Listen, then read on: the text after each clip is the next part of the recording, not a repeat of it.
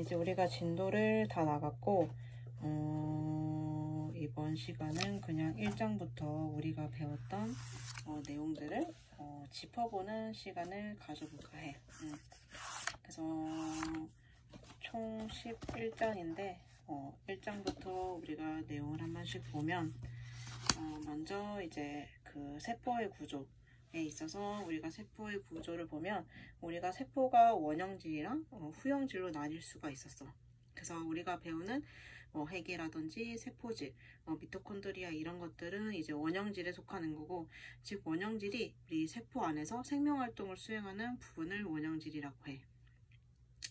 그리고 이제 후형질이라고 하면 이제 세포의 구성 성분이기는 하지만 이제 생명활동에는 관여하지 않고 세포의 지지 또는 보호, 잉여물질을 저장하는 이제 세포벽이나 액포 등이 이제 여기에 해당이 되는 거지. 그래서 우리가 이제 알고 있는 핵이라든지 미토콘드리아, 리보솜 이런 것들은 이제 원형질에 속한다고 볼 수가 있어. 그래서 우리가 원형질은 핵과 세포로 나뉘었는데 세포질의 구성 성분은 이제 원형질막 그리고 이제 세포질의 소기관이 있었지. 세포질의 소기관이라고 하면 우리가 신체 기관처럼 세포 전체의 생존을 위해 각각 역할을 수행하는 이제 대사활동을 하는 구조를 우리가 세포질의 소기관이라고 할 수가 있어. 그래서 이제 그 원형질과 후형질이 나뉘어져 있고, 그 다음으로 이제 좀 더 자세히 들어가게 되면 이제 세포의 기능에는 핵이 나와 있어. 그래서 가장 큰 세포 소기관을 이제 핵이라고 하는데, 일반적으로 이제 광학현미경으로 볼 수 있는 유일한 세포 소기관이 무엇이냐 하면 이제 핵이라고 할 수가 있는 거야. 이 책을 보면 적혈구와 혈소판을 제외한 모든 세포의 존재를 한다. 인간의 유전 형질을 정하는 정보를 갖고 세포 전체 대사 활동을 조절하고 세포 분열 시 주도적인 역할을 한다. 그래서 그 옆에 보면 이제 핵막이 있는데, 이 핵막과 핵소체, 염색질, 핵산이 있는데, 핵산을 보게 되면 이제 말 그대로 핵에 다량으로 존재하는 산성 물질을 우리가 핵산이라고 할 수가 있어. 그래서 세포의 유전적 장치 역할을 하는 유기물 중합체를 이제 핵산이라고 한다. 그래서 이제 핵산은 우리가 핵 안에 존재를 하면서 개인의 유전자를 가지고 있는 DNA와 이제 DNA 명령을 전달하는 RNA로 구성이 된다. 그래서 이제 그 다음에 보면은 이제 우리 RNA에도 종류가 있었어. 전령 RNA, 운반 RNA, 그리고 리보솜 RNA 이렇게. 그래서 이제 세포막을 보게 되면 이 세포막은 말 그대로 이 세포 표면의 경계를 이루는 거야. 그래서 세포막이랑 같은 말이 이제 원형질 막이다. 그래서 이 세포막은 우리가 반투막이야. 그렇기 때문에 이제 어떤 물질은 쉽게 통과하고 이제 어떤 물질은 잘 통과하지 못해. 그래서 이제 이 세포막이라고 하면 이제 주로 지질과 단백질로 구성이 되어 있고 탄수화물도 약간 있어. 하지만 이제 주로 구성되어 있는 것은 지질과 단백질이다. 그래서 지질의 대부분은 이제 보통 우리가 인지질이고 그 외에 이제 콜레스테롤, 당 지질도 있다. 그래서 아까 그 세포막의 주성분이 지질과 단백질이라고 했는데, 이 단백질의 역할이 뭐냐고 하면 이 단백질로 인해서 이제 세포랑 세포를 연결하는 거고, 이제 그 세포막을 통과하는 이온들을 위한 통로도 만들어주고, 그리고 세포막을 통한 물질 이동에 필요한 이제 운반체이기도 하지. 그래서 이제 단백질의 이제 역할도 다양하다고 볼 수가 있어. 그래서 옆에 이제 세포막의 기능을 보게 되면 첫 번째로 외형 유지가 나와 있어. 그 세포막을 통한 이제 물질 운반, 즉 확산, 여과, 삼투, 능동 운반, 음세포 작용 등을 조절한다. 그리고 식세포나 이제 음세포 작용을 하고, 그 이외에도 이제 흡수, 배설 기능, 그리고 세포 밖으로부터의 정보 수용체, 그리고 이제 물질이 세포를 드나드는 통로를 조절하는 이제 관문으로 작용을 하기도 한다. 그리고 이제 ATP 등의 여러 가지 효소가 있어서 이제 화학적 반응에도 관여를 하고, 이 ATP 분해 효소는 나트륨과 칼륨의 능동적 운반에 관여를 한다.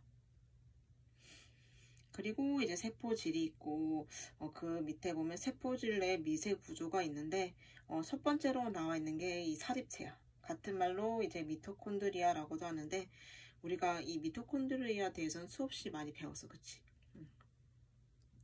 그래서 한마디로 이제 정의를 하게 되면 이제 세포의 에너지 공장이라고도 할 수가 있어.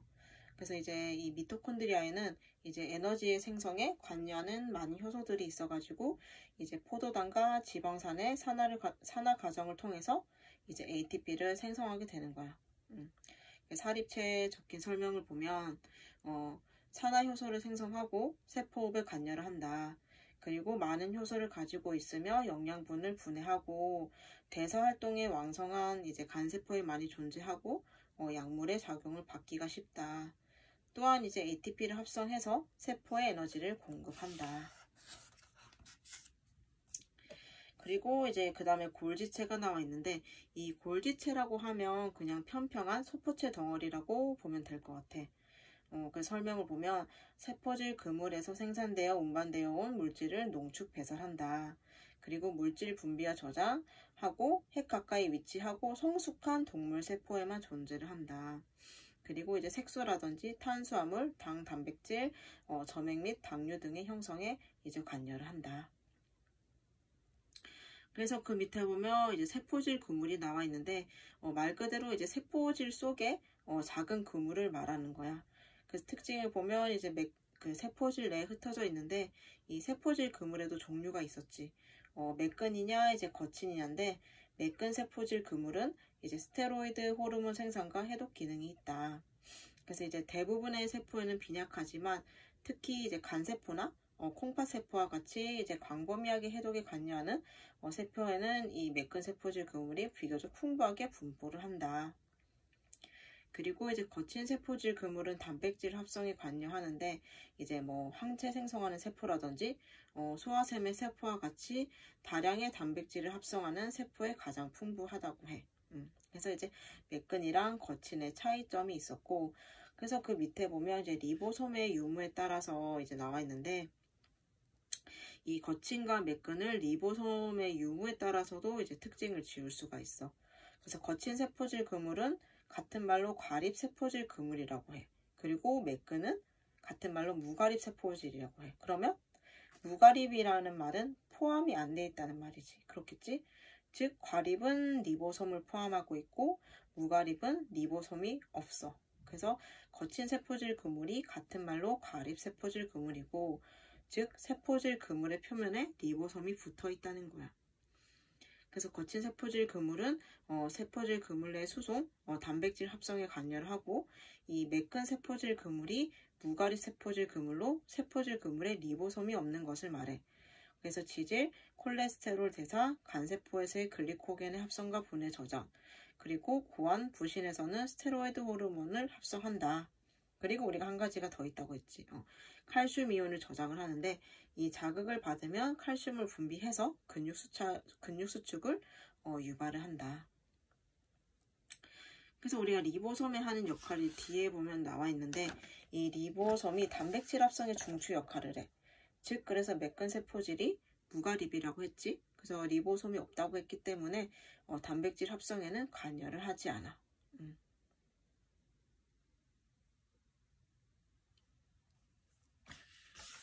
그리고 이제 그 다음을 보면 리보솜이 나와 있는데 이 리보솜은 우리 앞에서 좀 전에 했지만 얘가 그 핵 속에 암호화된 이제 유전 정보를 읽고 그 내용에 따라서 아미노산을 단백질로 조합해. 그래서 많은 양의 RNA 및 단백질로 구성된 거대 분자이다. 그래서 프로테인 합성의 중추 역할을 한다. 그래서 세포질 내에 유리되어 있거나 세포질 그물의 벽에 부착이 되어 있다. 그리고 이제 용의 소체를 보면 얘는 한마디로 이제 세포의 소화계라고 할 수가 있어. 그래서 손상된 세포 소기관이나 외부에서 반입된 이물질을 파괴하는 역할을 해. 그 설명을 보게 되면 백혈구와 큰 포식세포에 많이 존재하고 단백질, DNA, RNA 및 다당류를 분해하는 강력한 가수분해 효소를 가진다. 그래서 식균 작용을 한다고 되어 있는데 이 특히 백혈구 중에서도 이제 호중구가 이제 세균을 포식하면 이 용해소초가 효소를 분비해서 세균을 소화하고 파괴를 시키는 거야. 그리고 이제 저산소증일 때는 이제 리소솜을 파괴하고 자기 방어를 하고 또 특징적인 게 하나 있는데 이 기능을 다한 미토콘드리아 등의 이제 세포 소기관을 소화해. 그래서 우리가 세포 자멸사라는 말이 여기서도 나왔잖아. 그래서 그걸 보면 될 것 같고 그 다음에 보면 이 중심소체가 있어. 중심소체는 어떻게 생겼는지 보면 원통상을 이루고 그 벽은 9개의 미세소관으로 구성이 된다. 그래서 이제 동물 세포 분열시 맨 먼저 갈라지는데 그 세포 분열에 기여하기 때문에 이제 맨 먼저 갈라진다. 그리고 이제 그 다음을 보면 이제 우리가 또 이것도 수없이 했던 이제 세포막의 물질 이동이 나와 있어. 그래서 우리가 인체가 이 생명을 유지하기 위해서는 이 세포에 대한 이제 영양 물질의 공급이라든지 또는 세포의 대사 과정에서 생성된 이제 노폐물 또한 배출을 하는 게 우리가 필수적인데 이 세포의 안과 밖에 있는 여러 물질들이 이 세포막을 통과하는 과정이 필요해. 이러한 과정이 생기기 위해서는. 그래서 이제 세포막의 이제 물질 이동이 중요한데 우리가 이제 뭐 작은 창자에서 이제 음식물이라든지 수분을 흡수하는 것 또는 뭐 콩팥에서 이제 노폐물과 독성물을 배출하는 것 이러한 것들이 이제 세포막을 통한 물질 이동이라고 볼 수가 있는데 첫 번째로 나와 있는 게 확산이야. 한마디로 얘는 고에서 저로 가는 거지 퍼지는 거라서.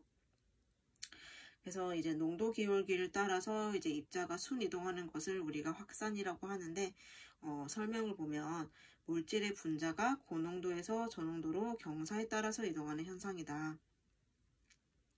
그래서 에너지가 이제 높은 곳에서 낮은 곳으로 이동하기 때문에 일정한 시간이 지나게 되면 이제 농도가 같은 이제 평평한 것에 이제 도달을 하게 돼. 그래서 예를 보면은 이제 허파에서의 산소와 이산화탄소의 가스 교환이 이제 확산의 대표적인 예다.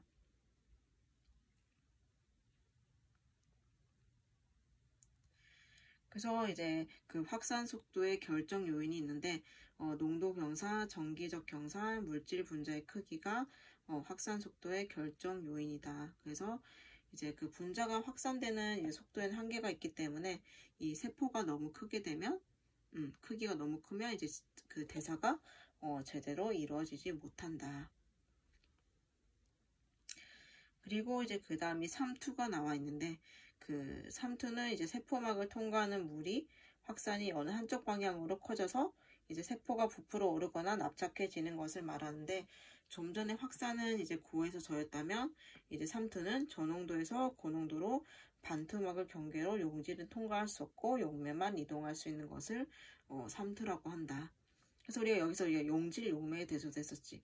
그 설탕물을 떠올리라고 했잖아. 그치? 그래서 용질은 용액 내에 녹는 물질. 그래서 설탕물이라고 하면 이 설탕물 안에 녹는 물질이 뭐야? 설탕이지. 그래서 용질은 설탕이고 용매는 이 용질을 녹이는 물질이야. 설탕이 물에 녹는 거잖아. 그래서 물이 설탕을 녹이는 거기 때문에 용매는 물이라고 할 수가 있어. 그래서 우리가 등장액, 이제 고장액, 저장액에 대해서도 했고 그 여과를 보게 되면 이제 여과는 우리 압력차가 있었지. 막 내외에 압력의 차가 있을 때 막을 통해서 액체가 이동하는 물리적인 현상이다. 그래서 압력이 높은 곳에서 낮은 곳으로 물질이 이동된다. 그래서 이제 운반체에 의한 이동 우리 이 내용도 되게 많이 했어. 그치? 그래서 여기서 ATP가 나왔어. 촉진적 확산은 우리가 그 세포가 ATP를 소모하지 않는데 능동적 운반은 우리가 ATP를 이용해서 운반을 하는 거였어. 그치? 그래서 ATP라고 하면 우리가 유기화합물이라고 할 수가 있었고 그 모든 생물의 세포 내에 존재를 하면서 에너지 대사에 매우 중요한 역할을 한다. 그렇기 때문에 우리 몸의 가장 중요한 에너지 분자로 기능을 하고 그 당 산화와 같은 작용으로 이제 에너지를 간단하게 저장한 뒤에 이제 합성작용과 근육 수축 또는 뭐 세포막을 통해 이온을 펌핑하는 생리작용을 위해서 몇 초 안에 에너지를 분비하게 된다. 그래서 우리가 촉진적 확산이랑 이제 능동적 운반을 비교해서 봤었는데 그 촉진적 확산은 좀 전에 말했듯이 세포가 ATP를 소모를 하지 않아. 그리고 능동적 운반은 ATP를 이용해. 그래서 이제 그 운반체를 이용한다는 점에서는 이제 둘 다 이용을 하지만 농도경사에 순행하는 이동인 반면 이제 그 능동이동은 농도경사에 역행을 한다고 했어. 그래서 촉진적 확산은 ATP를 소모하지 않고 그 농도경사에 순행을 한다. 그리고 능동적 운반은 ATP를 이용하지만 농도경사에 역행을 한다. 그래서 이렇게 차이가 있었어. 그래서 그 확산도 있고 촉진적 확산도 있는데 그 확산은 물질의 농도가 높을수록 많은 양이 확산이 되는 거고 이 촉진적 확산은 그 운반체의 수에 따라서 확산할 수 있는 최대량이 결정이 되는 거야. 그래서 확산은 물질의 농도와 관련이 있고 촉진적 확산은 이 운반체의 수랑 관련이 있는 거지. 그래서 그 두의 차이점도 있다. 그래서 이제 능동적 운반을 계속 보면, 그 운반체에 의한 이동을 계속 보면은 우리가 이제 그 능동적 운반에 의해서 칼슘, 아미노산, 마그네슘도 이동이 되며 나트륨, 칼륨의 농도가 유지가 된다. 그리고 이 능동적 운반은 세포가 살아있을 때만 가능하다. 그래서 우리가 나트륨, 칼륨 펌프에 대해서도 나왔었는데 이 사람이 하루에 소모하는 열량 중 약 절반이 이 나트륨, 칼륨 펌프를 작동시키는 데 소비를 하는 거야. 그래서 엄청난 우리가 열량을 여기 펌프에 사용을 하고 있는 거야. 왜냐하면 이 나트륨, 칼륨 펌프가 많은 일을 하고 있어.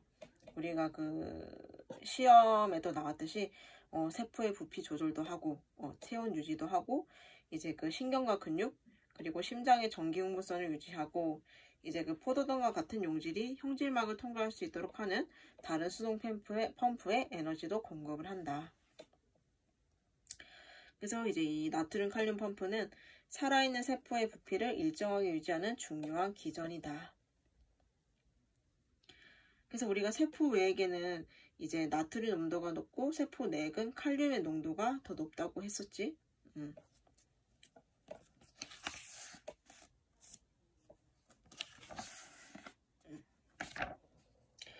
그래서 이제 그 세포 내 수분의 주요 성분과 세포 외의 체액이 나와 있는데 세포 내 수분은 이제 칼륨이 다량으로 있고 세포 외에는 나트륨이 다량으로 있다. 그리고 이제 우리가 마지막으로 또 봐야 하는 게 부종. 부종이었어. 그래서 이제 세포 사이의 간질액이 비정상적으로 우리가 증가하거나 또는 채광의 체액이 절여되어 있는 것을 부종이라고 한다. 그래서 여러 가지 원인들이 있었지. 정맥종수압 증가, 모세혈관 내 액압의 상승, 또는 혈장의 단백질량 감소, 혈관 투과성의 항진, 그리고 림프계 나트륨 정체, 그리고 혈장 콜로이드 삼투압의 감소가 있었다. 그래서 우리가 부종의 기전도 알고 있는 것이 중요하다고 했어. 그래서 이렇게 해서 이제 1장이 간단하게 봤고 그 다음 계속 이어서 보게 되면 이제 그 조직의 구조와 기능이야.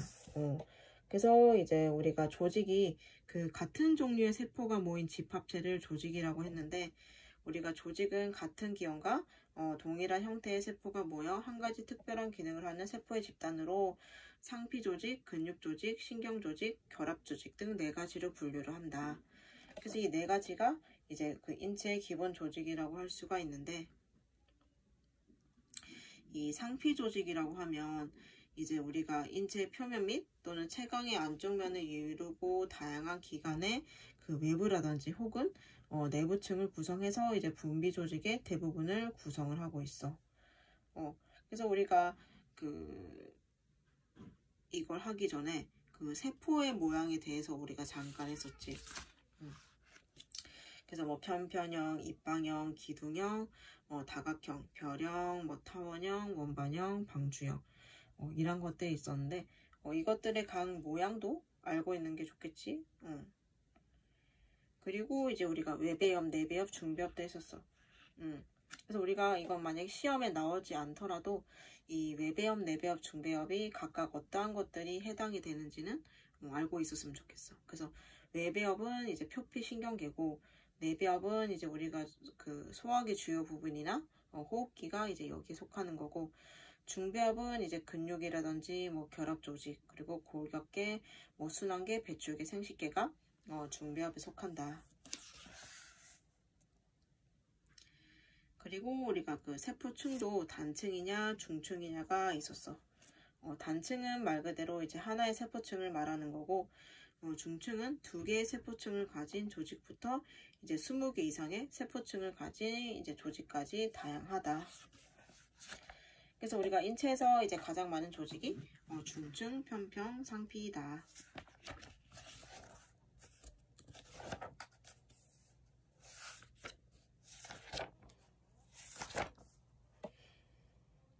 그렇게 해서 우리가 상피 조직을 했고, 그 다음에 이제 그 모양과 배열에 따라서 우리가 엄청 많았잖아. 편평상피, 뭐 입방상피, 원주상피, 산모상피, 이행상피, 그리고 중층상피 이렇게 쭉 있는데 그 각 특징과 왜 해당되는 게 있었지. 입방상피에는 이제 뭐 갑상샘, 뭐 콩팥의 요새관, 난소표면, 뭐 선모상피는 뭐 기관, 기관지, 난간, 자궁, 또는 그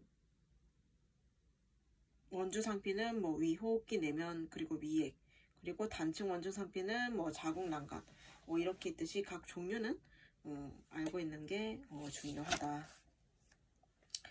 그래서 이제 우리가 결합 조직을 보게 되면 이 힘줄이 근육을 뼈대에 부착하는 역할을 하는 것과 같이 이제 기관들을 서로 결합하거나 이제 기관을 지지하고 보호하는 기능이다. 그래서 그 인체 기본 조직 중에 가장 널리 분포된 조직이 결합 조직이다.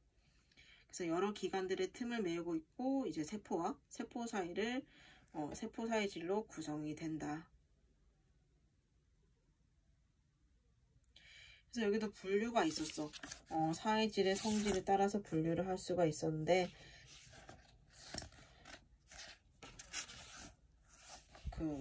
우리가 봐야 할 것이 보면은 소선결합 조직이 있지. 그것이 가장 널리 분포된 조직이고, 특수결합 조직을 보게 되면 여기에는 이제 연골, 뼈, 액선결합 조직이 있는데 그 밑에 보면 이제 특수결합 조직에 대해서 나와 있어. 이제 연골과 이제 뼈는 다른 결합 조직보다는 신축성이 적어. 그래서 이제 다양한 기관을 물리적으로 지지하고 인체를 전반적으로 지지하는 역할을 한다. 그래서 연골 모세포라는 세포에 의해서 형성이 되며 바탕질에는 혈관은 없고 연골막의 속층에 있는 혈관에 의해서 혈액을 공급받는다. 그래서 그 연골도 종류가 있는데 유리연골, 탄력연골, 섬유연골이 있어.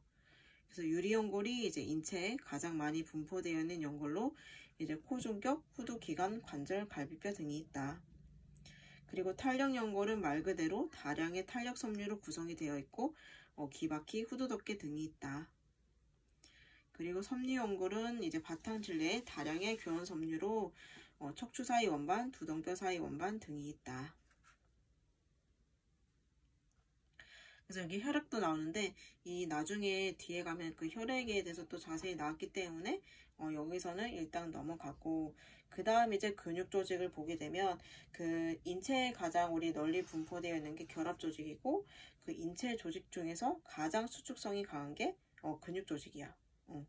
그래서 우리가 근의 형태와 기능에 따라서 이렇게 나뉘게 되는데, 그 수위근을 보게 되면 우리가 수위근이 우리 마음대로 움직일 수 있는 근육이었어.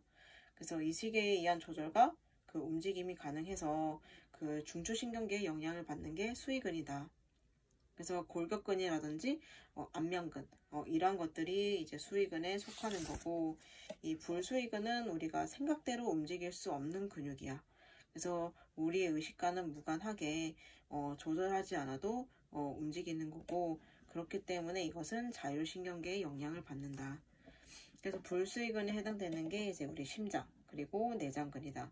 그 두 가지는 내가 뛰고 싶다고 해서 뛸 수 없고 멈추고 싶다고 해서 멈출 수가 없지. 그래서 이제 내가 의도하지 않아도 생명 유지를 위해서는 끊임없이 움직여야만 하는 근육이 불수위근이야. 그래서 이제 호르몬이라든지 특히 신경의 조절에 따라서 움직이며 우리 심리 상태에 따라서도 이제 변화를 하는 게 불수위근이다. 그리고 이제 네 번째가 신경 조직인데, 우리가 신경 조직도 뒤쪽에 가면 나오기 때문에 여기서는 간단히만 보면 이제 그 신경세포의 우리 기본적인 구조가 뭐 세포체, 가지돌기, 축사기야. 이 책을 보면 이 뉴런이라고 하는 것이 자극을 받아서 이제 흥분 전도의 활동 담당을 하고, 신경악교세포는 이제 중추신경계의 사이즈 조직으로 신경세포를 지지하고 보호한다. 이렇게 해서 이제 1장까지 간단히 봤고, 이 다음에선 또 2장 그리고 3장 이어서 하도록 할게.